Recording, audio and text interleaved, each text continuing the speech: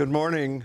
Welcome to Ordinary Life, an educational offering by St. Paul's United Methodist Church. I'm Bill Kerley and Holly Hudley.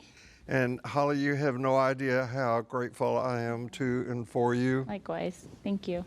Well, the last several weeks you have been doing the heavy lifting in here, and I'm really grateful for you and for what you bring. Thanks. When are you going to have your PhD? I'm hoping 2 years. So I have comps, and then I have to write my dissertation.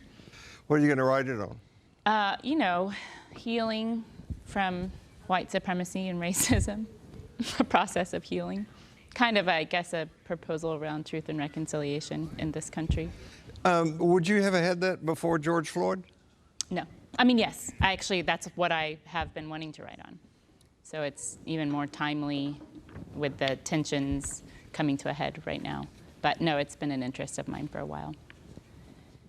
You know, it just occurred to me that one of the things I would like to hear you do is talk about the recent webinar you attended with Ilya. Oh, yeah, it was good. It was good. I'd like to know about that. Yeah.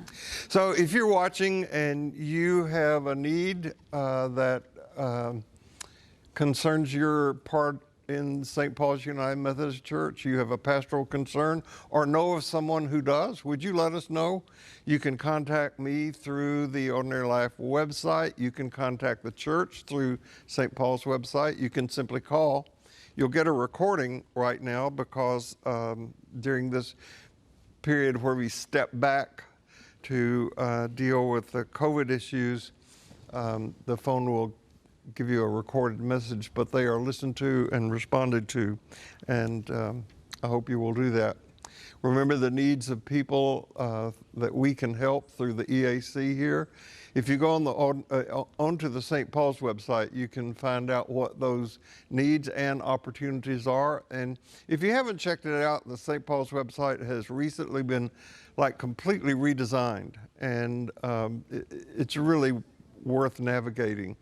And Holly and Richard redid ours. Well, some years ago, but we probably need a little refresher. We've refreshed a couple of things, but we need to. Particularly since starting the podcast. We have added some links and buttons on the first page that you can get easily to the podcast and Instagram and all of those things. So you gotta give me a lesson in Instagram. I don't know. Okay. And I really appreciate when we interviewed Richard Wingfield this last week.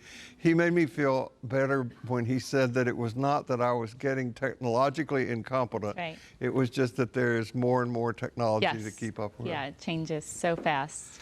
And if you were here in this room and watching the people behind the scenes, you would know that we're getting, in Ordinary Life, new equipment all the time, and makes it easier for Tim and William and Olivia and John to make all of this work. Yeah. So you're all pajama people now, or mimosa people, or wine and cheese people, or wherever you are. We know because we can tell. We have people who watch in Canada, in Europe, somebody in Czechoslovakia. Someone in Chechnya. Yeah, yeah. So Australia. No matter who you are, no matter where you are in your spiritual journey, you are welcome here. The title of this time today is Getting Our Spiritual Act Together. And as is true with what I think I call all wise and useful spiritual teaching, getting your act together is something that you both can and cannot do. And I want to talk about the cannot do first, and then we'll talk later in this time together about what you can do, and we'll really elaborate on this in 2 weeks when we talk about right effort. We're working our way through the Eightfold Path of Buddhism. I think it is the belief that we can finally get it all together, that there is a place to get to or a place to get back to that is causing so much difficulty and suffering in the world today, especially in our country, and it's all self-inflicted suffering. Seeking for some sort of lasting security is futile. The end of cosmological dualism and individual salvation clearly show us this. We have to do some unthinking. We have to get rid of some assumptions that we have worked on and turn them upside down. The assumptions that we have got to change, one of them is the assumption that we are individual, separate selves. That is simply not the case. And Holly will speak to that as we go forward. The word that we are using for this series that we got from Thich Nhat Hanh is that we are interbeings. We are all connected. And seeing this was the great insight of the first axial age. Do unto others as you would have them do unto you. Another assumption that causes us difficulty is that we should seek pleasure and avoid pain, and that is a solution to our difficulty, especially the pain involved in seeing the pain of other people. I think it's like if we don't see it, it's not there, and that's certainly not the case. Which leads to the third assumption that we must change, and that is thinking that there's someone out there who is to blame for our situation rather than taking personal responsibility for it. I hope you've read Darmut Ormurku's book that we recommend. It's just so good. Emphatic on the need for the assumption of personal responsibility in our spiritual life for growing up. And I cannot think of a better time for us to be getting rid of these assumptions and putting better ones in place than this kind of enforced monasticism that we're going through because of COVID. We have an opportunity to come up with better ways to think and better ways to organize ourselves. The truth is furiously knocking at our front door, and we might as well answer it and see what's there. Our secular culture seduces us into thinking that change is something that happens when we get to a new place, a new beginning, when we get what we've been looking forward to, when we get what we think we so richly deserve, then we'll be happy. And this shows up in the religion of our culture, which is consumerism. Just this week, Noel Chang, a member of St. Paul's, who is currently in New York taking care of his mother, got her mail one day and saw an ad on the back page of a magazine that she gets, and he photographed it and sent it to me. It reflects our culture completely. It is the Holy Bible book wallet. It is a wallet that looks like a Bible. Yep.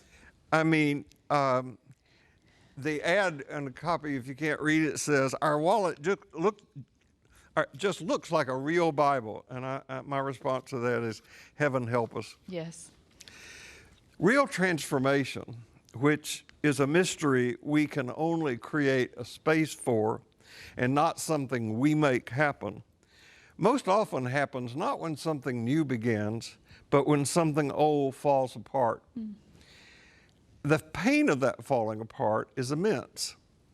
We're all grieving what we once considered was safe, our routines, the freedom to gather here like we once did. We're being forced to go as people we didn't know into a new place. And let's face it, most of us would never have ventured into the territory we are now in, looking at white supremacy and racism and discrimination that occurs at every level in our society if we weren't forced by the circumstances of our day to enter that territory. And it doesn't feel good. It's not a feel-good thing. Now, like most addicts, before they get sick and tired of being sick and tired, we will go to almost any lengths to keep things as they are. What we need now is patience.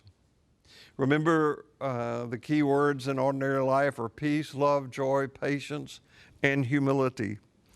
And we need these qualities in our lives, and we need guidance in knowing how to embody them.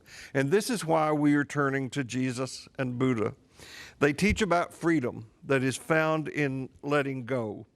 And we can learn to let go rather than trying to control and hold on tighter. And we begin to see what a sin certainty is. It isn't easy. Jesus refers to it as the narrow path. I want you to listen to how Eugene Peterson translates that passage. The way to life, the way to God, is vigorous and requires total attention.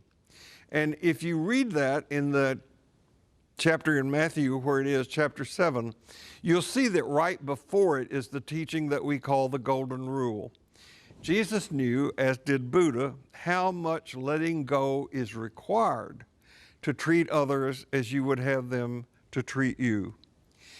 Mary Oliver wrote, "To live in this world, you must be able to do three things: to love what is mortal, to hold it against your bones, knowing your own life depends on it, and when the time comes to let it go, let it go."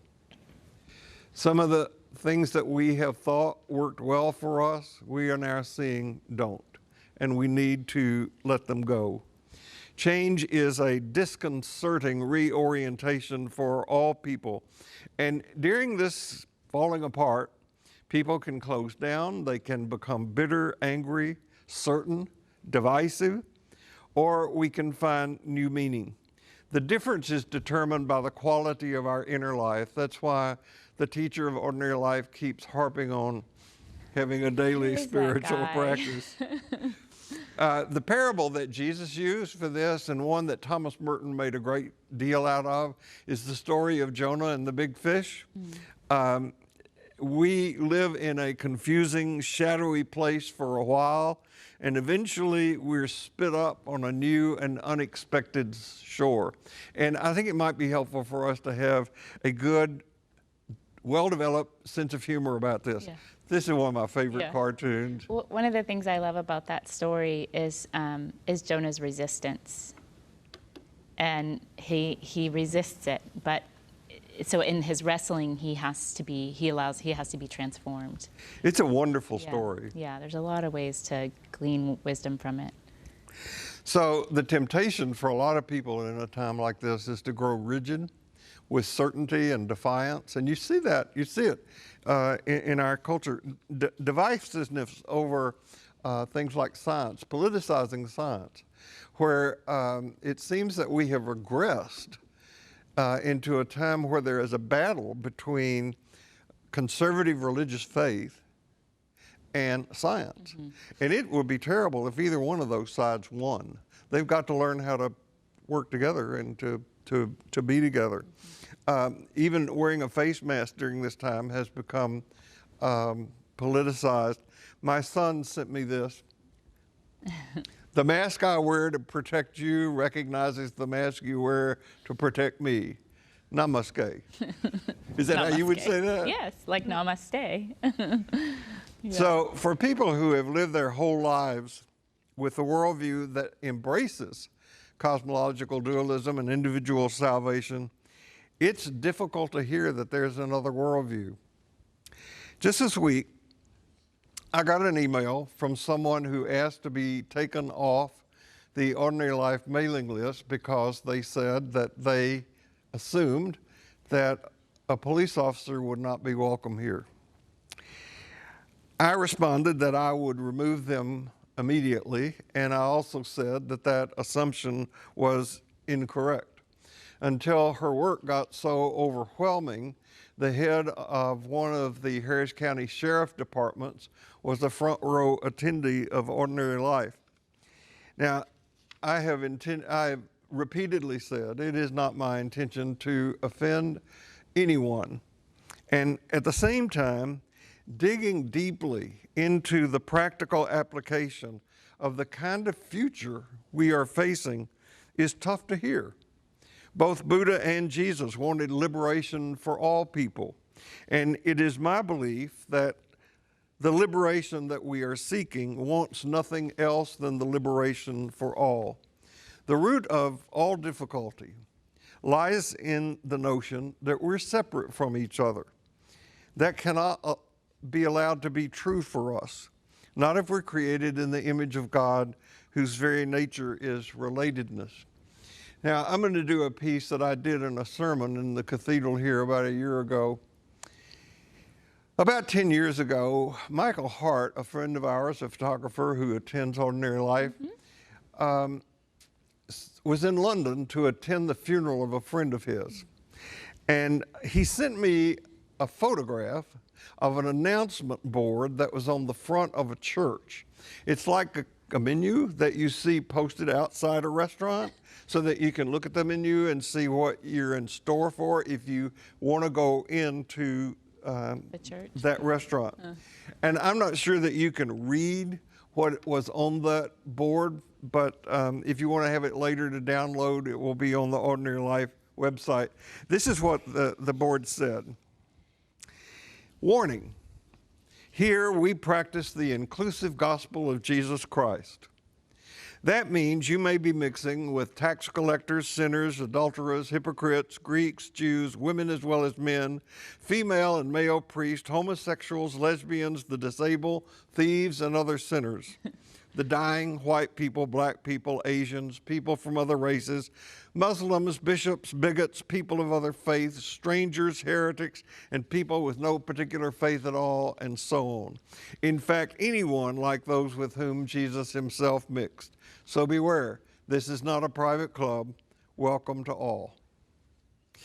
Again, certainty is a sin. I'm certain of that. It is openness and a willingness to say yes to what is that carries us through to the other side. You look at history and just see that it's been people who have held on to things that they are, for what they are so strongly, for things that they are for, not what they're against, that has allowed people to make it through a crisis. I'm thinking of things like being strongly for equality and dignity for all. In religious spiritual language, it is love that always wins out. And I hope that what Holly and I are teaching in here can guide you in your own journey to an internal yes to that. In doing this series that we're calling Interbeing, How Jesus and Buddha Can Guide Us Through the Pandemic, we're beginning with Buddha because his teachings on suffering are so explicit. Jesus taught about suffering too. He had compassion for suffering people, and he had his own unique way of dealing with this, mainly by inviting anyone who would enter that empowering community that he called the kingdom of God, that empowered them to be. Buddha was more systematic about his approach. I don't want to create the impression that all Buddha taught about was suffering. It's not. He taught release from suffering that leads to liberation. But we in our time won't find or experience that happiness until we question the beliefs and behaviors that there is anywhere for us to hide from the reality of what is. So, I would remind you that these teachings, both from Jesus and from Buddha, come in the form of wisdom teachings. We did that the last 2 Sundays. They come in the form of morality teachings, which we are doing the second one of today, and they come in the form of mental discipline teachings. All the teachings of Jesus and Buddha focus not on what is good or bad, but on what is wise and useful. Yeah, a couple things come up for me. One is that we're in this messy middle. We're in the in-between, right? Trying to sort of figure out, imagination is such that we can't imagine what can be just yet. And so we're sort of creating it as we go. And it also, I still love this sort of comparison that Buddha sort of had the way or the system, and Jesus was the embodiment. And the invitation is for us to be also the embodiment of that way or process, right? And I think we need to be aware that part of the suffering of this time is that people are scared. Yes, and I think that, one of the things we can sort of rest in is that we are scared together. We are not knowing together. We don't know how to imagine what the future holds just yet, but we can participate in imagining it. And what I think it's going to take changes in political processes, but I think it's really a deeply spiritual embodiment of doing things differently. So we can change political processes and systems all day, but if we're not spiritually invested in that, then the changes just become kind of watered down. You said to me just the other day that a mentor of yours shared some advice about never speaking about religion or politics in church. We're going to talk about both. And how, despite the fact that freedom of religion also means the right to not have one, we infuse religion and politics all the time in this country. We are one nation under God. God Bless America, one of our national favorite songs. And in the rarely sung fourth verse of the national anthem, it reads, "May the heaven-rescued land praise the power that hath made and preserved us a nation. Then conquer we must, when our cause it is just, and this be our motto, in God is our trust." Politics and religion are infused. I gotta share this with you. I'm not on social media, except as you have tried to drag me into Instagram, which I still don't know how to use. You're on Twitter too. But I have to confess, I am on Twitter because I follow Sarah Cooper. You love her, yeah. I do. I think she is so funny. Yeah. And I follow John Pavlovich. Yes. A couple of other people who, Shane Claiborne, people like that I follow. And John sent out a photograph the other day of a tightly packed evangelical church, which in this time is insane. Yeah. And every other person in the church was waving an American flag. Yeah, again, politics and religion are so, the flag has come to symbolize almost as much as the cross does in America, in American Christianity. It's sad. Yeah, so that, most of us know this controversy surrounding the former quarterback Colin Kaepernick and his decision to kneel for the national anthem before football games when he was still in the league in 2016. He's no longer in the league. So although silently kneeling before the flag is protected by our First Amendment, and as is flag burning, by the way, you can burn the flag according to the First Amendment as well. And even though kneeling and or standing before the flag has been done for decades, both as a stance of honor and protest, Kaepernick received tons of criticism for employing his right. The history is interesting, actually. So playing the national anthem before games became a consistent tradition after World War II. Even though it was played, typically the players remained in the locker room getting ready for the game. But after 9/11, players were expected to be on the field, but still allowed to kind of be wrestling around, sitting on the bench, or getting water during the singing of the anthem. In 2009, it became a mandate that they were on the field. However, the mandate made it clear that players were not required to stand for it. Between 2012 and 2015, teams of all sorts received up to $6.8 million in patriotic funds for honoring military, the flag, etc., as part of the game. So again, we were infusing... Where'd that money come from? From different patriotic funds, federal funds.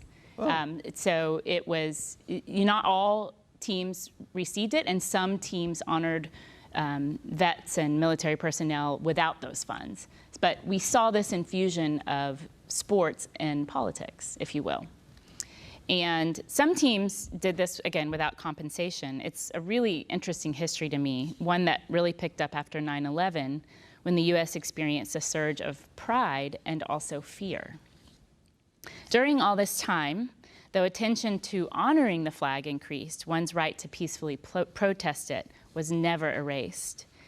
In a town hall when he was running for state senate, Beto was asked how he felt about football players kneeling during the anthem, I think by a room full of vets. I can't remember the exact context. And instead of dodging the question, he tackled it head on, framing it as a brave protest at the time against police brutality. Nonviolently, peacefully, while the eyes of this country are watching these games, they take a knee to bring our attention and our focus to a problem to ensure that we fix it. That is why they are doing it. And I can think of nothing more American than to peacefully stand up or take a knee for your rights, anytime, anywhere, in any place. So I think of Colin Kaepernick's peaceful protest as right action, based on right thinking that all people deserve equity under the law. Feeling protected offers that sense of belonging and inclusion and safety that I think is a universal human need that we are striving for. This is both, as I said, just as I started, a political and spiritual imperative, and belonging is a political and spiritual imperative. We might have individual disagreements over his method, but his action harmed nobody and led with a desire for equal treatment. In contrast, the producer of the 1619 Project, which is excellent, and I highly recommend diving. It's a project that investigates our racial history, starting with the enslavement of Africans in 1619. And she has a podcast. There was a whole New Yorker segment dedicated to the 1619 Project. It's an ongoing kind of unveiling, and I think that Oprah is about to do a television series on it. With her. So the podcast is wonderful, and I highly recommend checking it out.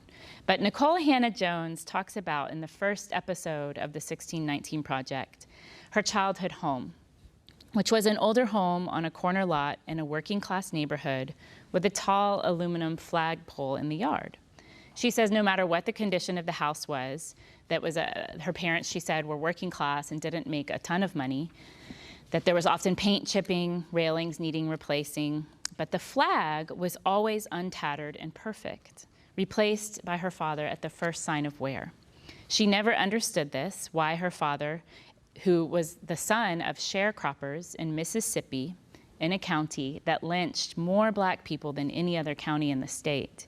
But as a young man, he had joined the military, and he served for some years with the hope that if he served, his country might also serve him.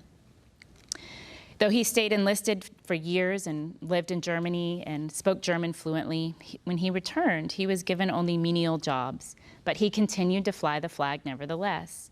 His rationale to his daughter was that he flew it to remind himself and others of the intent of American ideals and what it says it wants to be rather than what it might actually be. It's a reminder to be in pursuit of ideals of liberty and justice for all. Meanwhile, as a teenager, Nicole writes about how she sat for the Pledge of Allegiance as her sort of protest. She didn't understand it. But as she began to talk about this with her father, she began to understand and that the pursuit of ideals is what the flag came to represent. So I think of my own grandfather, who was a World War II vet and a military man like Nicole's father. We are told he was on the front lines of freeing Dachau, a concentration camp in Germany that killed 41,000 people. I cannot imagine confronting that kind of suffering and not being touched by it. I cannot imagine that this was embedded deep in his psyche. I was told he stayed enlisted for 5 more years after the war, wore his colonel uniform, and taught in the Army Corps of Engineers. We are told he was a hero, and he was honored as such upon his return. In my eyes, all 3 of these men that I juxtapose are heroic. All participated in right action. These peaceful protesters, who are on the next slide, marched with Martin Luther King Jr. during the Civil Rights Movement and carried the flag as a symbol of their right to vote. This photo reminds me of one of my favorite Langston Hughes poems, I Too. It says, I too sing America. I am the darker brother. They send me to eat in the kitchen. When company comes, but I laugh and eat well and grow strong. Tomorrow I'll be at the table when company comes. Nobody'll dare say to me, eat in the kitchen then. Besides, they'll see how beautiful I am and be ashamed. I too am America. Their representation of the hope for the flag is also right action. Again, I want to infuse that sort of spiritual need for belonging, that I think the symbol of our flag is representing in all of these cases. So this symbol can be used to peacefully in many different situations, and also used to support right speech and right action. It can also be used for evil, I think. We can justify terrible things under the symbol of the flag, just as we have justified terrible things under the symbol of the cross. So it's not the symbol itself that is problematic, but the behavior that can surround it. The behavior that can surround such symbols can also be uplifting and inclusive. I think that's where we have choice, is what symbols, how do we want to honor the symbols in our life with more inclusivity and equity? Which is, again, Jesus' whole message was inclusivity and equity. And I believe that this, I want to believe that as an American citizen, I love this country, I love living here, and there are many things that I think we can still improve. So I feel that I can see that symbol and say, that represents my continued effort to persist in equity and inclusion. I think that one of the things that I would like to stress is that there is a huge difference between being a patriot and being a nationalist. Yes, absolutely. Those are very different things. Yeah. And Holly, another thing that I thought about listening to you and reading over the work that we did this week is how fragile any system is. Oh gosh, yeah. We were in Bosnia and Serbia in the Balkans a couple of years ago and heard the history of how Yugoslavia split apart and how a man whose name I cannot pronounce, a sociopath who was trained in the United States, educated in the United States, returned to his homeland and turned the Serbians and the Bosnians against each other, and it was just an ethnic cleansing for people who had lived next to each other. Right. I mean, this seems the kind of thing happened when French betrayed their Jewish friends in World War II. Or Germans, yeah. We were Germans. Yeah. And so a system is fragile. It's very fragile. We need to be very careful. Yeah, and it does matter sort of what is the sort of messaging we're hearing in our system, right? What is our messaging and what participation? This is where, sometimes we look so much to sort of the leader or the figurehead to help us navigate the system. But I think what we're being called upon right now to do is to participate in the system to change it, right? To participate in ways that might actually bring about equity and inclusion, as opposed to let somebody else tell us how. And so that's where I think this requires this discomfort, this messy middle of going, ooh, maybe this is about personal responsibility, and what can I do to participate? And the role models that we're using to teach from, both Jesus and Buddha, did precisely that. Mm-hmm. Jesus in a much more radical way than Buddha did. Mm-hmm. Mm-hmm. But Buddha even called what he came up with as the middle path. Mm-hmm. He was not willing to go to either extreme, but stay the middle way. Right. And when Jesus walked into the temple to upset the table of the money changers, he was really going against the system of his day, which was a binding up of the religious and political system into one unit where they fed off each other. And Jesus said, no, that's not right. You got to stop this. Yeah. And of course they killed him. Yeah. Yeah. I mean, there's a risk, right, of again, being in the messy middle and challenging it. There's a risk, but I think the more collective we are and kind of shaking ourselves awake and participating, then the more safety there is in numbers, mm-hmm. right? And that happens sort of in good and bad ways, but mm-hmm. I'm curious, will we look for the ways that create a healthier system for more people? So, so recently this photo was captured during a Black Lives Matter protest in London. As many of you might know, these protests have sort of been shaken awake all over the world. Not because what we also learn is that while racism is unique in America, it is also a global pandemic. Mm-hmm. And this photo, in many protests, there are three factions. One, the protesters who have been of all races and who are taking to the streets to demand equity and justice. 2, the police, who are there as protectors and are often dressed in riot gear.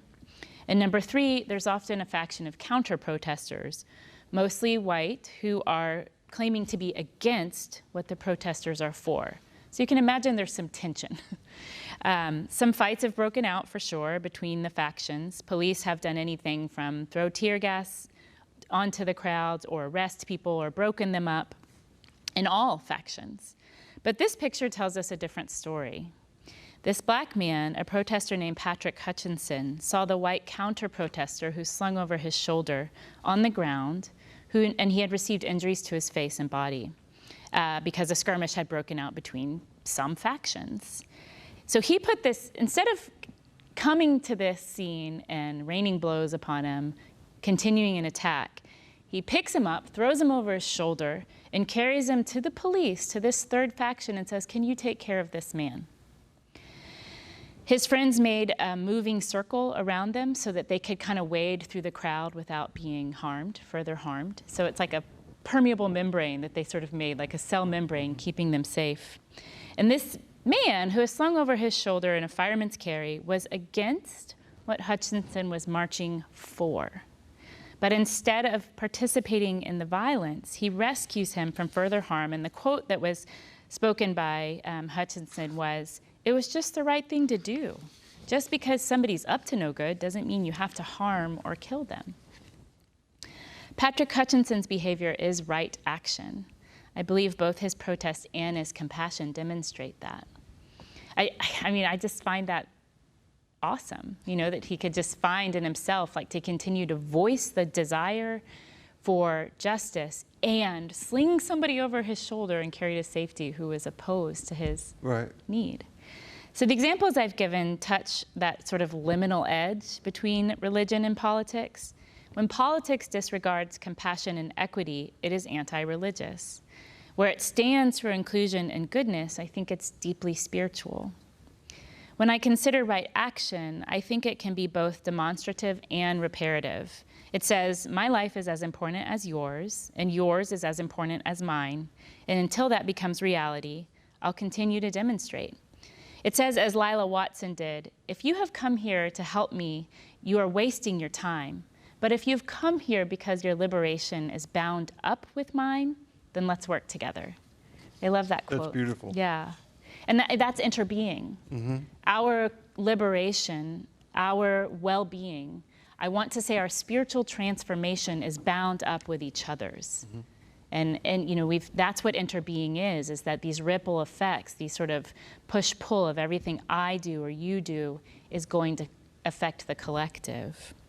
But from a reparative standpoint, I think right action can look like saying, I'm sorry, I did that wrong. Let me try again. My favorite example, I may have told this story before, is from my own life. I don't remember you telling it before. I have lots of opportunities to try again. Okay. To redo something. But I had been outside and I was trying to clean our fountain. I was fixing the motor and cleaning it out, and it was disgusting. It's a gross job because actually it's like sewage under there that sort of collects at the base of a fountain. And I was frustrated, I was sweaty, I was tired, I had been doing this on my own, and I stopped to wash up because I had to make dinner, and it didn't, anyways, I didn't really take that time to transition between one activity and the next. I washed my hands, I took off my galoshes and sort of went inside. And when I came inside, my kids had literally rearranged the furniture. There were pillows all over the place. And I definitely have a little bit of vanity about wanting the house to appear somewhat undisheveled. And seemingly someone had dumped an entire bag of chips on the couch. We don't eat on the couch. I mean, it's just, there was just just felt chaotic. So I came in from feeling frustrated. I came into this perceived chaos. Immediately my eyes just see the mess. So both inside and outside there's mess. And I started yelling and I'm ordering them around, do this, clean this up, blah, blah, blah, my mommy mad voice. And Evan, my youngest, and ever the sort of justice seeker in our family, he's kind of a protector.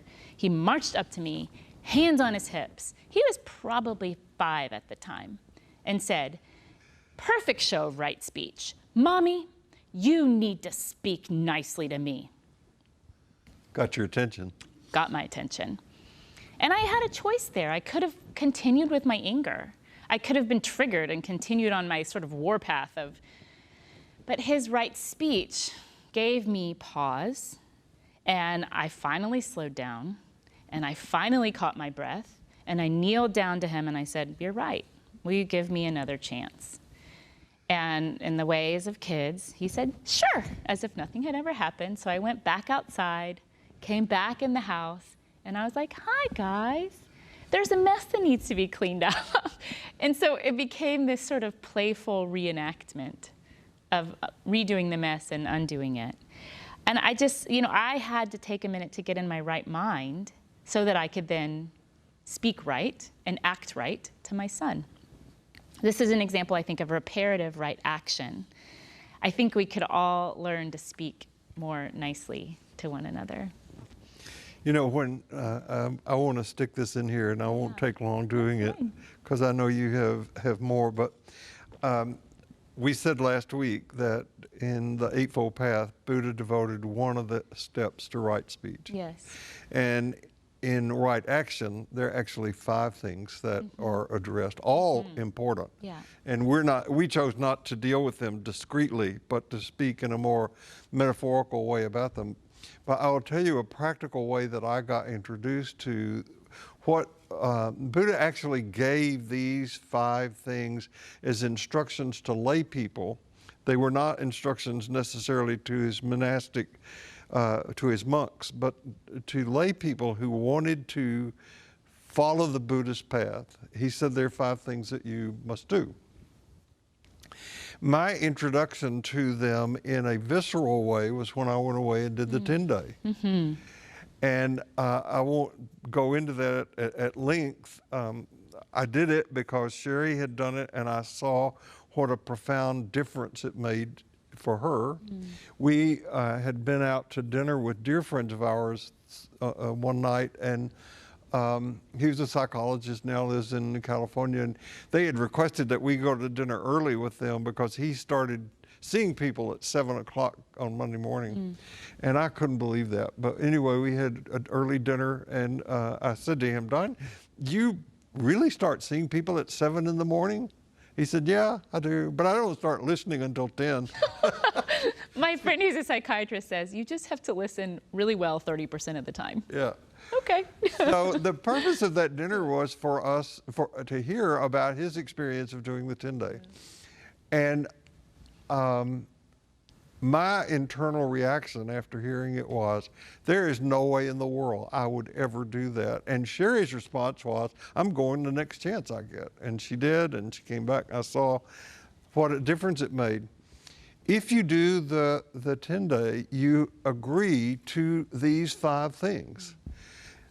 You agree that you will speak no lies. That's the reason it's a silent retreat. That there will be no sexual misconduct. That's the reason the retreat is sexually segregated, and you are instructed not even to look into the face of another person. You cannot steal. That's the reason that the retreat is free. It's freely given. It's like sweetgrass. It has to be given to you. And you can't kill. That's the reason that the menu at the retreat is vegetarian. And you begin to get a sense during embodying these things of profound difference they make in life. Right. Just keep your mouth shut. And as you sort of listen to your own inner world, not speaking lies. So when you find yourself, the thoughts become things. When you find yourself thinking in a way that is a lie about the self, a lie about the way you perceive the world, you have the silence, the quiet of mind to catch it. I hope for you that happens.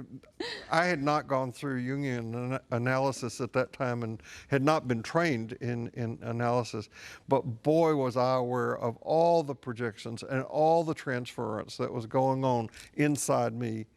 the man who was assigned to the meditation position just immediately to my right and left, we were not parallel with anybody, was a Buddhist monk from Thailand, a young man. Mm-hmm. And he floated in his robes and settled down on his cushion and did not move. The first sit in the morning, you're awakened at 4 o'clock in the morning. Uh-huh. That's early. Yeah. You sit for 16 and a half hours a day with appropriate breaks, right? He never moved. And so I'm sitting here being so envious of him and so judgmental of him. You're like looking out of one eye. At a retreat where we're being trained and not being judgmental. That's right. Why can't I do it like he is? And all of this stuff is coming up. That's one of the values of having a spiritual practice, is that you do become aware of the process of your own thinking. Yeah, the monkey mind, so to speak. Yeah. I think that's what's so cool about, the Eightfold Path, is that it's not just this sort of one-time lifelong journey where one step neatly folds into the next step. We get an opportunity to practice the Eightfold Path every minute. I mean, that 5-minute interaction with my son was an invitation to practice getting in my right mind, in my right speech, and in my right action. So it happens sort of cosmically on this wide level, but it also happens in this macro sort of small way, that we have opportunities to get on the path, so to speak, in any given interaction. And I think that's a sort of beautiful, magical, embedded in all time, just sort of an embedded way of thinking about it, I guess. But Jim Finley's response to those of us who say, I'm one of them, who struggle with meditation, silent meditation, says, as many times as you get distracted, that's how many times you get to return. Right. Yeah. And that's beautiful. So I guess, something I ask a lot is, what keeps us from interbeing, from being one? We already are, but what keeps us from sort of consciously enacting that on a social level? I think so often it's what we think, say, and do, the blockages that we experience there, the judgments, as you brought up. And as with the evolutionary tool of camouflage, which I talked about last week, we act out of self-protection and preservation rather than connection, empathy, and mutual empowerment. Thich Nhat Hanh says, right action is the practice of touching love and preventing harm. It is essentially a reverence for life. Just as there are many examples in nature of self-protection, there are also, like on this picture, many examples of interbeing and mutuality. I've mentioned this before, but I think some of these photos are worth showing again. This article where I found this turtle with these fish on him begins with, species cannot live alone. This is for kids. This is a magazine for kids. All life needs other life to survive. Here, surgeonfish feed the algae growth of the turtle shell as a classic example of two species needing each other. This is an example of a symbiotic relationship. Imagine if kids learned more of that and less of competition, winning, and individual success. In the next photo, we see starlings sitting on the back of a stag, ready to pick off the ticks and mites from his skin. Again, one species helping the other to better survive. Bill said at least, 100, maybe 1,000, maybe 1,000,000 times that gratitude can change our lives. The Haudenosaunee Native American people say a Thanksgiving address as a daily sunrise prayer and as an invocation to begin meetings, even those that are bound to be difficult. In this way, they prepare their minds, their hearts, and their speech so that in conducting their actions, they remain mindful that all species, including those of the natural world, are one, and all are embraced as family. It's a really long address. She reads it in Braiding Sweetgrass. And I downloaded it on our blog this week, too, so that people could have just readily access. The whole thing? Yeah.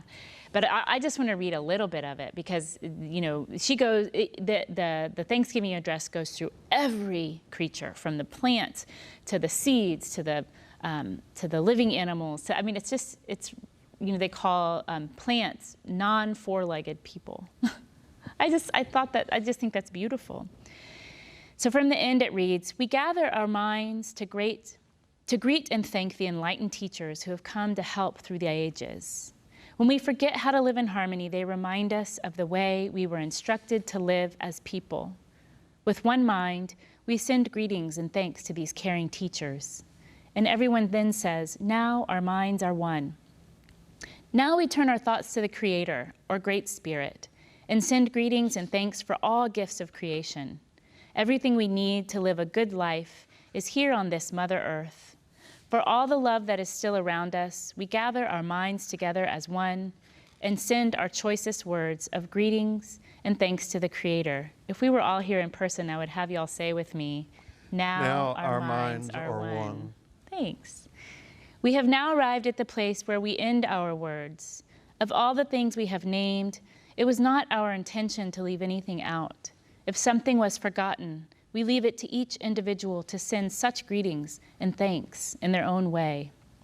Now our minds are one.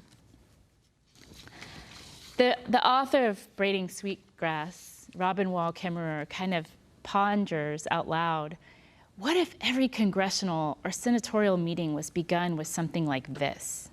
What if every meeting that we knew was going to contain tough negotiations began with this kind of right mind?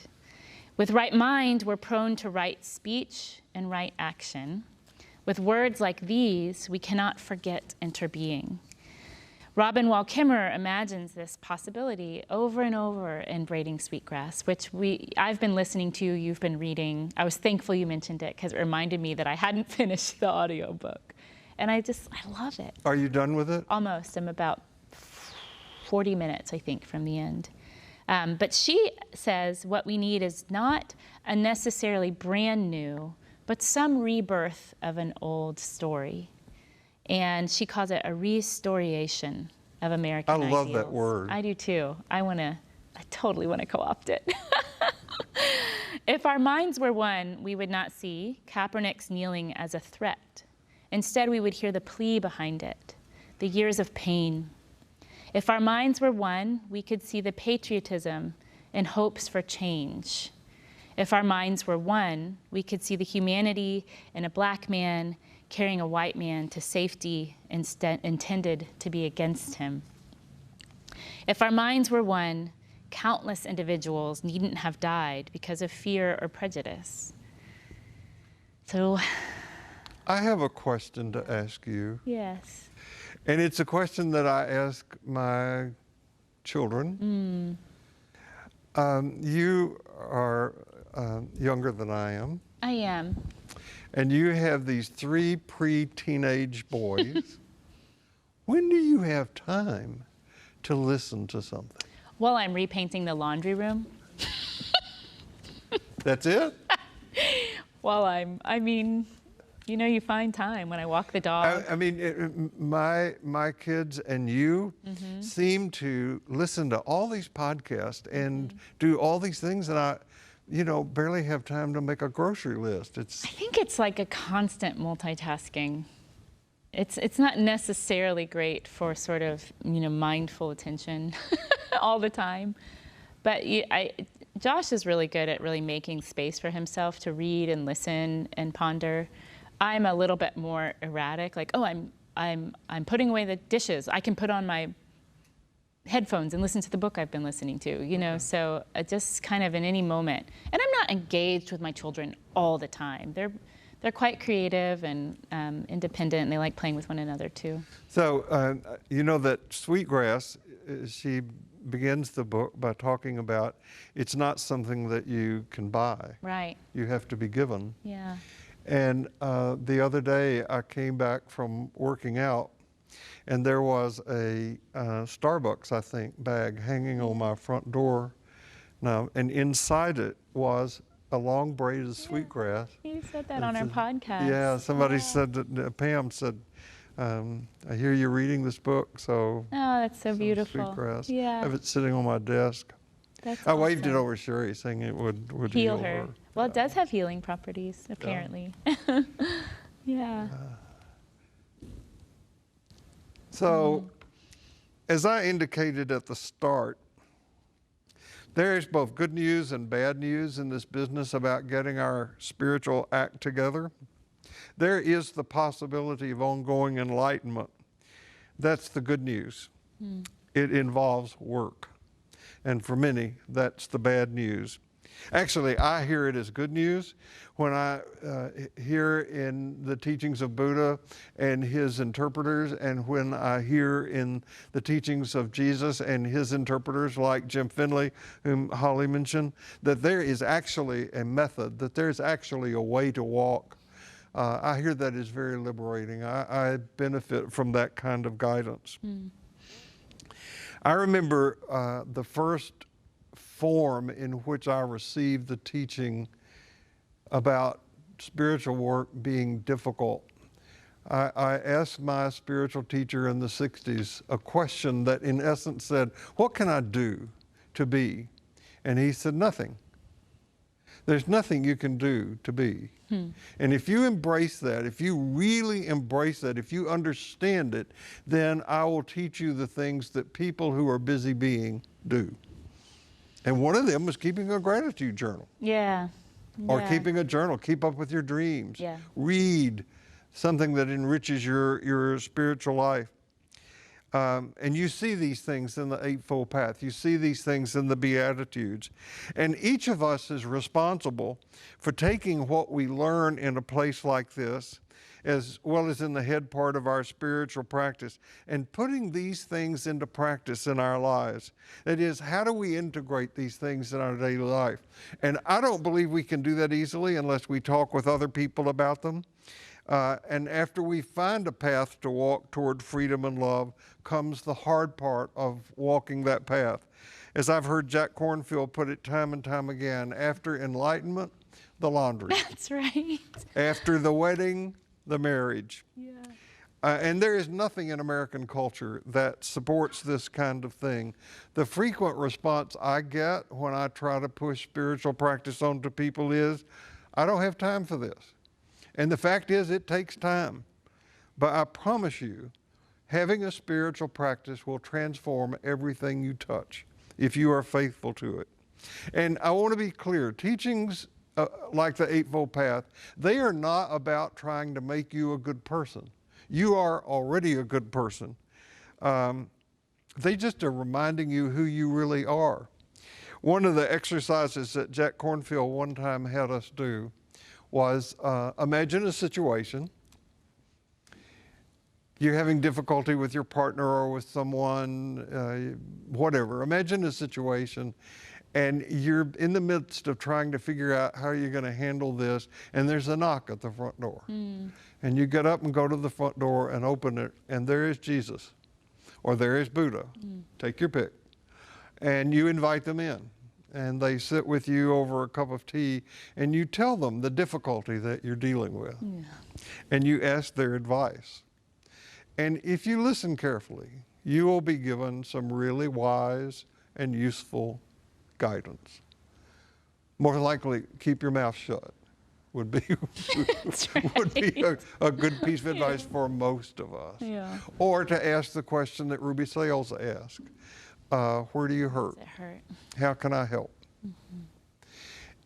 And when you think of it, that advice didn't come from that imaginary Jesus or Buddha. That came from within you. It's already in you. I said last week, I believe we all already know what we need to do to enter be. And we have to be willing courageously to face those blocks. Get acquainted with that Jesus in you or with that Buddha in you, because we are inevitably going to hit more times when we are lost and scared and upset and needy and angry and in pain. And we will need this inner wisdom and compassion for being able to go forward. Spiritual practice, getting our religious and spiritual act together, is learning to be at home with what is and with who we really are. They're not about being moralistic. They're about creating a context and a container or a method for the ongoing inflowing and outflowing of love. People on both the right and the left are busy trying to be right.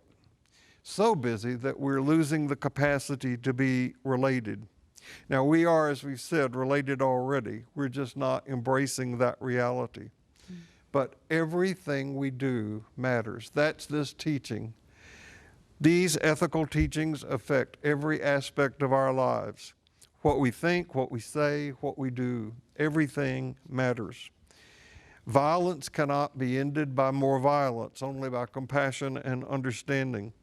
Now, since the teachings of Jesus constitute my home religion, I speak out of that context when I talk about the outflowing and inflowing of the love of God. For centuries, Christianity has been presented as a belief system, and this belief system has supported a wide variety of things: colonialism, racism, environmental destruction, subordination of women, clergy pedophilia, white privilege, stigmatization of people of the LGBTQ plus demographic, and more. What would it be like for people who claim to be Christian to rediscover their faith, not as a problematic system of beliefs, but rather as a generous way of life, a way of life that is rooted in contemplation and expressed in compassion, a way of life that makes amends for its mistakes and is dedicated to, as we Americans like to put it, liberty and justice for all. For centuries, the church has presented God as some far-off, distant deity who is angry at those who don't believe in him or belong to the right club. You will not find any of that teaching in the teachings of Jesus, the one who welcomes outsiders in and whose primary teaching was about forgiveness. What would it be like if we let Jesus and his message lead us to a new vision of God and of this globe? If we really got it, that all that is and all who are live and move and have their being in this sacred context. For centuries, Christianity has presented itself as an organized religion. And what this has come across is as an institution that is averse to change. What might happen if we were to really embrace evolutionary cosmology and saw that what we are called to do is to be creative, constructive, and forward-leaning, and that we saw our task to be that of challenging all the institutions of our society, to learn, to grow, to mature toward a ministry of reconciliation. First of all, within ourselves, and then outwardly. People who are at war with themselves easily go to war with others. A ministry of reconciliation with our neighbors, with our enemies, and with all of creation. I believe that if we are to be truly spiritual, if we are to get our spiritual act together, it makes sense to turn to Jesus and to Buddha for answers to these questions. Both of them stress love and compassion as that which has a priority above everything else. That's it. That's it. So, thanks, Holly. I Thank love you. teaching with you. Thank you. Me too. You've got such rich stuff and bring it to us in such a good fashion. Thank you. You too. No matter where you go this week, no matter what happens, remember this: you carry precious cargoes, so watch your step, and we will see you here next Sunday.